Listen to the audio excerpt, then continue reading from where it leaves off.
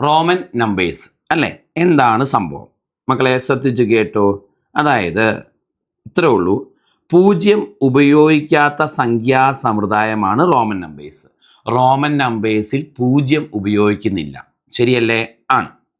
Roman അക്കങ്ങൾ രേഖപ്പെടുത്തുന്നത് 7 ചിഹ്നങ്ങൾ ഉപയോഗിച്ചാണ്. 7 ഇംഗ്ലീഷ് ആൽഫബറ്റുകൾ ഉപയോഗിച്ചാണ് റോമൻ അക്കങ്ങൾ ഉപയോഗിക്കുന്നത്. 7 ഇംഗ്ലീഷ് ആൽഫബറ്റ് ഉപയോഗിക്കും. 7 ഇംഗ്ലീഷ് ആൽഫബറ്റുകൾ ഉപയോഗിച്ചാണ് നമ്മൾ റോമൻ ചിഹ്നങ്ങൾ രേഖപ്പെടുത്തുന്നത്. അപ്പോൾ 0 ഉപയോഗിക്കാത്ത സംഖ്യാ സമ്പ്രദായമാണിത്. 7 ഇംഗ്ലീഷ് ആൽഫബറ്റ് ഉപയോഗിച്ചാണ് നമ്മൾ റോമൻ അക്കങ്ങൾ രേഖപ്പെടുത്തുന്നത്. അപ്പോൾ ഏതൊക്കെയാണ് English alphabet? I, V, X, L, C, D, M. ഇതാണ് ആ 7 എണ്ണം. I, V, X, L, C, D, M. അപ്പം നമുക്ക് ഈ ഐയും വിയും എക്സും പരിചയമുണ്ട് നമ്മൾ. കാരണം നമ്മൾ സ്റ്റാൻഡേർഡ് എഴുതുന്നത് സ്റ്റാൻഡേർഡ് 5, 6, 7 എന്നൊക്കെ എഴുതുന്നത് ഇങ്ങനെയല്ലേ. അപ്പോൾ IVX നമുക്ക് പരിചയമുണ്ട്. അടുത്തത് വലിയ പരിചയമില്ല, LCD-M ആണോ? അത് ഓർത്തിരിക്കാൻ ഇങ്ങനെ പഠിച്ചാൽ മതി. LCD monitor. എന്താണ് LCD മോണിറ്റർ? എന്താണ് LCD മോണിറ്റർ? അപ്പോൾ IVX LCD monitor, IVX LCD monitor കേട്ടോ. LCD മോണിറ്റർ ആണ് വീട്ടിലുള്ളത്. LCD-M, IVX LCD-M. അതിൽ I എന്ന് പറഞ്ഞാൽ 1 ആണ്, V എന്ന് പറഞ്ഞാൽ 5 ആണ്, X എന്ന് പറഞ്ഞാൽ 10 ആണ്. ഇത്രയും നമുക്കറിയാം. L 50 ആണ് കേട്ടോ. C സെഞ്ചുറി എന്ന് ഓർത്താൽ മതി, 100. D എന്ന് പറഞ്ഞാൽ 500, M എന്ന് പറഞ്ഞാൽ 1000. ഒന്ന് ഓർത്തോണേ. Okay. I 1, V 5, X 10, L 50, C 100, D 500, M 1000 കേട്ടോ. അപ്പോൾ ഓർത്തിരിക്കാൻ എങ്ങനെ പഠിക്കും? LCD monitor, IVX LCD monitor, IVX LCD monitor, LCD-M, C 100, M 1000, C 100 century, LCD D 500, M 1000 കേട്ടോ. IVX അറിയാം, 1, 5, 10, L 50, C സെഞ്ചുറി 100 എന്ന് ഓർത്താൽ മതി, D 500, M 1000. അപ്പം ഇതാണ് നമ്മൾ ഉപയോഗിക്കുന്ന 7 ഇംഗ്ലീഷ് ആൽഫബറ്റുകൾ. ക്ലിയർ ആണല്ലോ? അപ്പം 0 ഉപയോഗിക്കാത്ത സംഖ്യാ സമ്പ്രദായമാണിത്. ഇതിൽ ഉപയോഗിക്കുന്ന ഇംഗ്ലീഷ് ആൽഫബറ്റുകൾ 7 എണ്ണമാണ്. IVX LCD-M, M 1000, C century 100, D 500, L 50, I 1, V 5, X 10. Okay ആണോ? ആദ്യം ഇത് പഠിക്കണേ. പഠിച്ചല്ലോ? ഓക്കെ. പഠിച്ചിട്ട് ബാക്കി കാണുക. ഇനി കുറച്ച് റൂളുകളൊക്കെ ബേസ് ചെയ്താ മക്കളെ ഇതിൽ സംഖ്യകൾ എഴുതുന്നത്. ഓക്കെ. കുറച്ച് റൂളുകളൊക്കെ ബേസ് ചെയ്താൽ അതിൽ റൂൾ നമ്പർ 1 ഞാൻ പറയുന്നത് ശ്രദ്ധിച്ച് കേൾക്കണേ. ശ്രദ്ധിച്ച് കേട്ടോണം കേട്ടോ. ഒരു റോമൻ ചിഹ്നം ആവർത്തിക്കുകയാണെങ്കിൽ എത്ര പ്രാവശ്യം ആവർത്തിക്കുന്നുവോ അത്രയും പ്രാവശ്യം അതിൻ്റെ വില കൂട്ടുക എന്നാണ് നിയമം. ഒരു റോമൻ ചിഹ്നം ആവർത്തിക്കുകയാണെങ്കിൽ എത്ര പ്രാവശ്യം അത് ആവർത്തിക്കുന്നുവോ അത്രയും പ്രാവശ്യം അതിൻ്റെ വില കൂട്ടണം എന്ന് പറഞ്ഞാൽ ഇത് കണ്ടോ മക്കളെ, I ഇങ്ങനെ 2 I എഴുതിയെന്ന് വിചാരിച്ചു. I ഇങ്ങനെ 2 I എഴുതിയെന്ന് വിചാരിച്ചു. അപ്പം I 2 തവണ ആവർത്തിച്ചാൽ Iയുടെ വില 1 അല്ലേ? 1 കൂട്ടുന്ന 2 ആയിരിക്കും ഇതിൻ്റെ ഉത്തരം. ഒരു റോമൻ ചിഹ്നം ആവർത്തിക്കുകയാണെങ്കിൽ എത്ര തവണ ആവർത്തിക്കുന്നു അത്രയും തവണ അതിൻ്റെ വില കൂട്ടണം. ഇനി X എന്ന് കണ്ടോ? X 10 അല്ലേ? അപ്പോൾ ഇതിൻ്റെ ഉത്തരം 10 + 10 എന്നാണ്. എത്രയാ? 30. കണ്ടോ? അപ്പോൾ ഒരു റോമൻ ചിഹ്നം ആവർത്തിച്ചു വരികയാണെങ്കിൽ എത്ര തവണ ആവർത്തിക്കുന്നുവോ അത്രയും തവണ അതിൻ്റെ വില കൂട്ടണം. ഇനി M കണ്ടോ? M 1000 അല്ലേ? അപ്പോൾ 1000 + 1000 + 1000 3000 ആണ്. കണ്ടോ? CC എന്ന് പറഞ്ഞാൽ 100 + 100 200 ആണ്. അപ്പോൾ ഒരു റോമൻ ചിഹ്നം ആവർത്തിക്കുകയാണെങ്കിൽ എത്ര തവണ ആവർത്തിക്കുന്നു അത്രയും തവണ അതിൻ്റെ വില കൂട്ടണം. കറക്റ്റ് അല്ലേ? ശരി. അടുത്ത കാര്യം അവർ പറഞ്ഞേക്കുന്നത് ശ്രദ്ധിച്ചേ. അടുത്ത പോയിന്റ് അവർ പറഞ്ഞേക്കുന്നത് ഒരു റോമൻ ചിഹ്നം 3-ൽ കൂടുതൽ തവണ ആവർത്തിക്കാൻ പാടില്ല. റോമൻ ചിഹ്നം ആവർത്തിക്കുന്നുള്ളതൊക്കെ ശരിയാണ്, പക്ഷെ 3-ൽ കൂടുതൽ തവണ ആവർത്തിക്കാൻ പാടില്ല. ഇപ്പം 40 എന്ന് എഴുതാൻ നമ്മൾ X ഇങ്ങനെ എഴുതാൻ പറ്റില്ല. 3-ൽ കൂടുതൽ തവണ ആവർത്തിക്കാൻ പാടില്ല റോമൻ ചിഹ്നം. കേൾക്കുന്നുണ്ടോ? 3-ൽ കൂടുതൽ തവണ ആവർത്തിക്കാൻ പാടില്ല. ഓക്കെ, ആയിക്കോട്ടെ. അപ്പോൾ അടുത്ത പോയിന്റ്, റോമൻ ചിഹ്നങ്ങളായ VLD ഒരിക്കലും ആവർത്തിക്കില്ല. എല്ലാ റോമൻ ചിഹ്നങ്ങളും ആവർത്തിക്കില്ല. വിയും എല്ലും ഡിയും ആവർത്തിക്കാൻ പാടില്ല. ഇപ്പം ഇങ്ങനെ 10 എഴുതാൻ വി 2 തവണ എഴുതി 10 എഴുതാൻ പറ്റില്ല. കണ്ടോ? എൽ 2 തവണ എഴുതി 100 എഴുതാൻ പറ്റില്ല. പറഞ്ഞ് മനസ്സിലായോ? VLD ഒരിക്കലും ആവർത്തിക്കില്ല എന്ന് പഠിച്ചു വെക്കണം. എങ്ങനെ ഓർക്കും VLD? വി നമ്മൾ LDക്ക് പഠിക്കുന്നു, VLD ഇങ്ങനെ ഓർത്താൽ പോരെ. VLD ഒരിക്കലും ആവർത്തിക്കാൻ പാടില്ല. LDക്ക് പഠിക്കുന്നു, അപ്പോൾ VLD ഒരിക്കലും ആവർത്തിക്കാൻ പാടില്ല. കേൾക്കുന്നുണ്ടോ? ഓക്കെ, അപ്പോൾ എന്താ ഒന്നാമത്തെ റൂള്? ശ്രദ്ധിച്ച് കേട്ടെ. ഒരു റോമൻ ചിഹ്നം ആവർത്തിക്കുകയാണെങ്കിൽ എത്ര തവണ ആവർത്തിക്കുന്നുവോ അത്രയും തവണ അതിൻ്റെ വില കൂട്ടണം. എന്നാൽ റോമൻ ചിഹ്നങ്ങൾ 3 തവണയിൽ കൂടുതൽ ആവർത്തിക്കാൻ പാടില്ല. VLD ഒരിക്കലും ആവർത്തിക്കാൻ പാടില്ല. അപ്പോൾ റൂൾ 1 സെറ്റാണോ? ഒന്നുകൂടെ പറയാം. ഒരു റോമൻ ചിഹ്നം ആവർത്തിക്കുകയാണെങ്കിൽ എത്ര തവണ ആവർത്തിക്കുന്നുവോ അത്രയും തവണ അതിൻ്റെ വില കൂട്ടണം. റോമൻ ചിഹ്നം വിയും എല്ലും ഡിയും ആവർത്തിക്കില്ല. VLDക്ക് പഠിക്കുന്നവർ VLD ഒരിക്കലും ആവർത്തിക്കില്ല. ഇനി 3 തവണയിൽ കൂടുതൽ ഒരു റോമൻ ചിഹ്നം ആവർത്തിക്കാൻ പാടില്ല. Ready, set. അങ്ങനെയെങ്കിൽ അടുത്ത റൂളുകൾ കേൾക്കാം. അടുത്ത റൂള് പറയുന്ന ഇതാണ്: ഒരു വലിയ സംഖ്യയുടെ ചിഹ്നത്തിൻ്റെ വലത് ഭാഗത്ത് ചെറിയ സംഖ്യയുടെ ചിഹ്നം വന്നാൽ കൂട്ടണം എന്ന് മനസ്സിലാക്കുക. ഒരു വലിയ സംഖ്യയുടെ ചിഹ്നത്തിൻ്റെ വലത് ഭാഗത്ത് ചെറിയ സംഖ്യയുടെ ചിഹ്നം വന്നാൽ കൂട്ടണം. ഉദാഹരണം മക്കളെ, VI കണ്ടോ? വിയുടെ വില 5ഉം ഐയുടെ വില 1ഉം അല്ലേ? അപ്പോൾ വലിയ സംഖ്യയുടെ വലത് ഭാഗത്തല്ലേ ചെറിയ സംഖ്യ വന്നേക്കുന്നത്.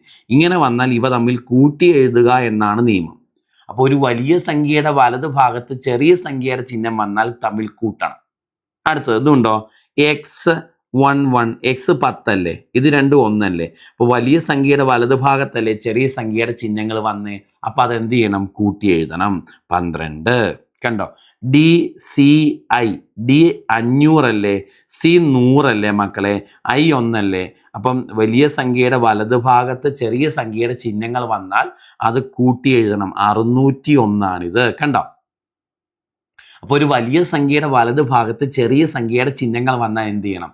കൂട്ടി എഴുതണം. മനസ്സിലായല്ലോ?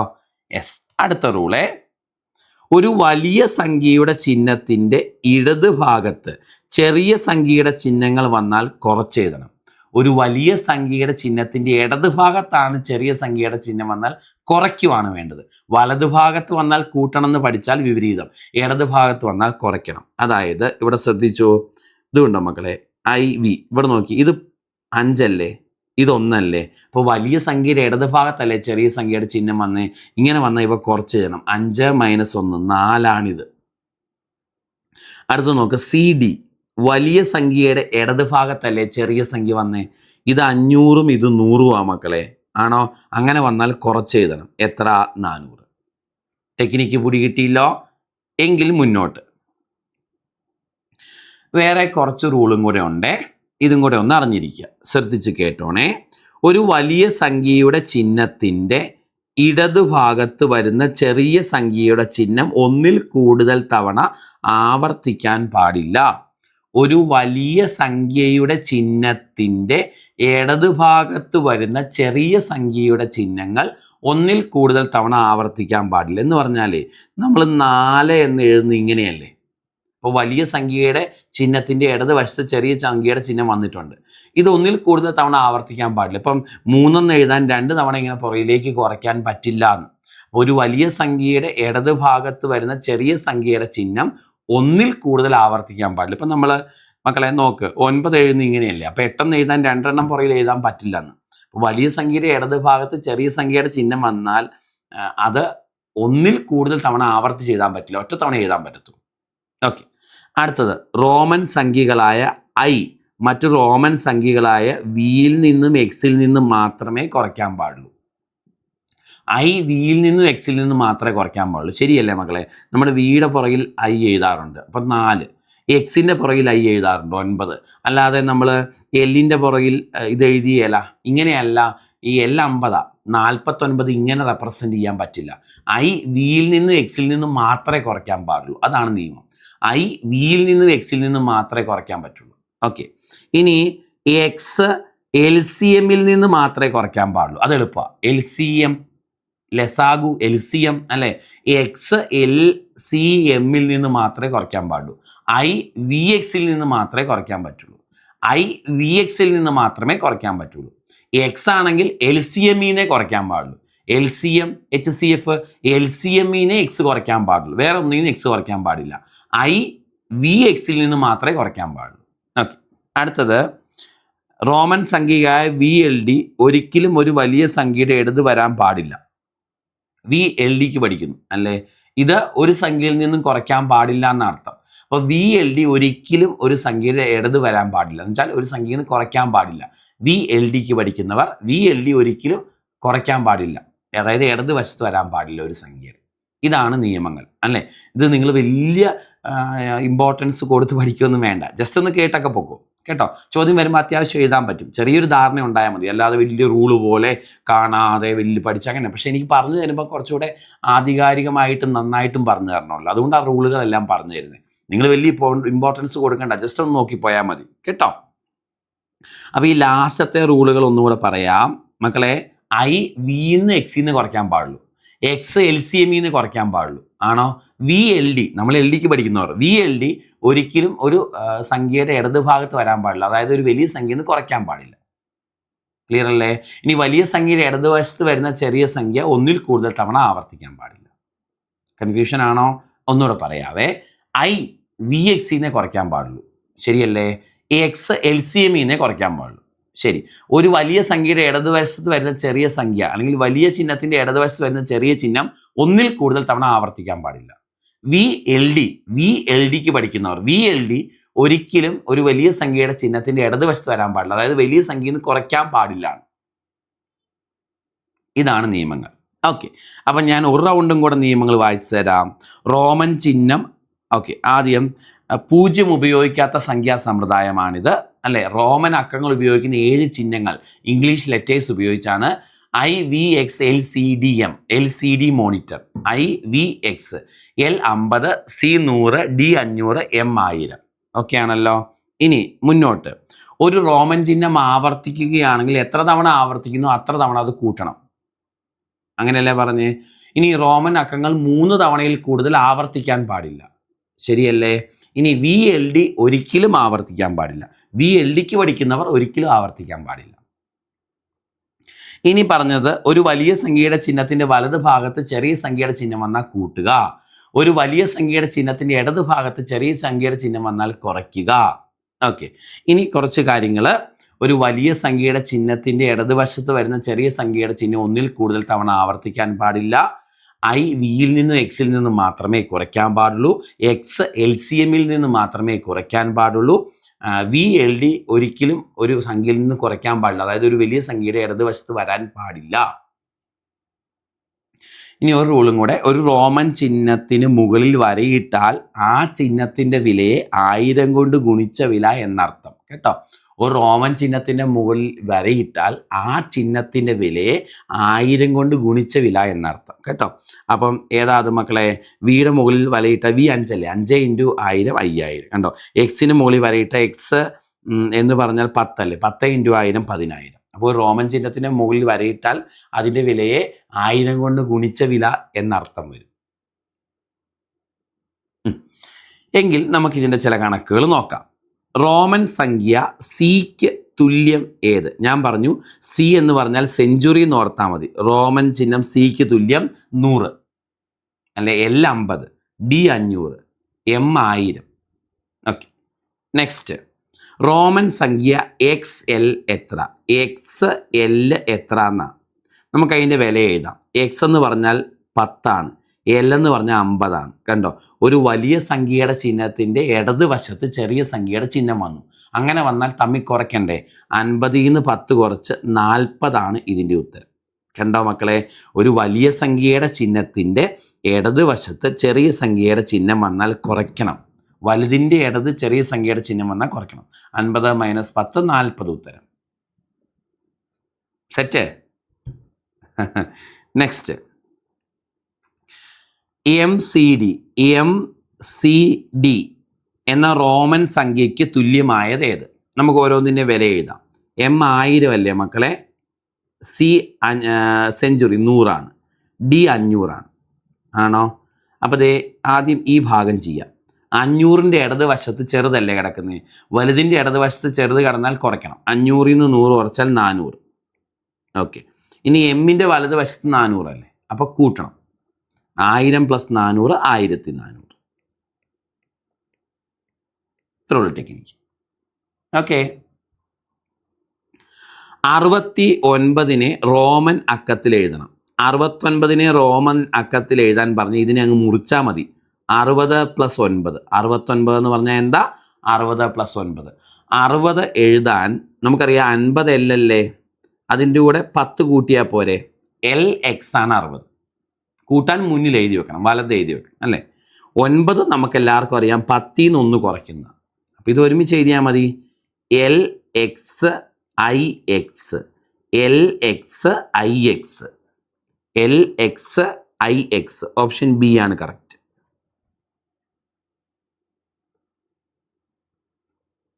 Okay, next one. 98നെ റോമൻ അക്കത്തിൽ എഴുതണം. മുറിച്ച് എഴുതുക. 90 + 8 ഇതല്ലേ 98 ആണ്. 90നെ നമുക്ക് എങ്ങനെ എഴുതാം മക്കളെ? 90 എന്ന് പറഞ്ഞാൽ 100ൽ നിന്ന് 10 കുറയ്ക്കുന്നതല്ലേ ആണ്. 100 ഏതാ? സി. 10 കുറച്ചു. XC. 10 കുറയ്ക്കണമെങ്കിൽ ഇടത്ത് എഴുതണം അല്ലേ. നമുക്കറിയാം എക്സ് എന്നത് LCM നിന്ന് മാത്രമേ കുറയ്ക്കാൻ പാടുള്ളൂ എന്ന് പഠിച്ചിട്ടുണ്ട്. I എന്നത് വിയിൽ നിന്ന് എക്സിൽ നിന്ന് കുറയ്ക്കാവുള്ളൂ, എക്സ് LCM നിന്ന് കുറയ്ക്കാവുള്ളൂ. അപ്പോൾ 100ൽ നിന്ന് 10 കുറച്ചാൽ 90 കിട്ടും. കുറയ്ക്കുമ്പോൾ ലെഫ്റ്റ് സൈഡ് ചെയ്യണം. 8 എന്ന് പറഞ്ഞാൽ നമുക്കറിയാം 5നോട് 3 തവണ 1 കൂട്ടണം അല്ലേ. ഇത് ഒരുമിച്ച് എഴുതുമ്പം XC VIII, XC VIII. Option B ആണ് കറക്റ്റ്.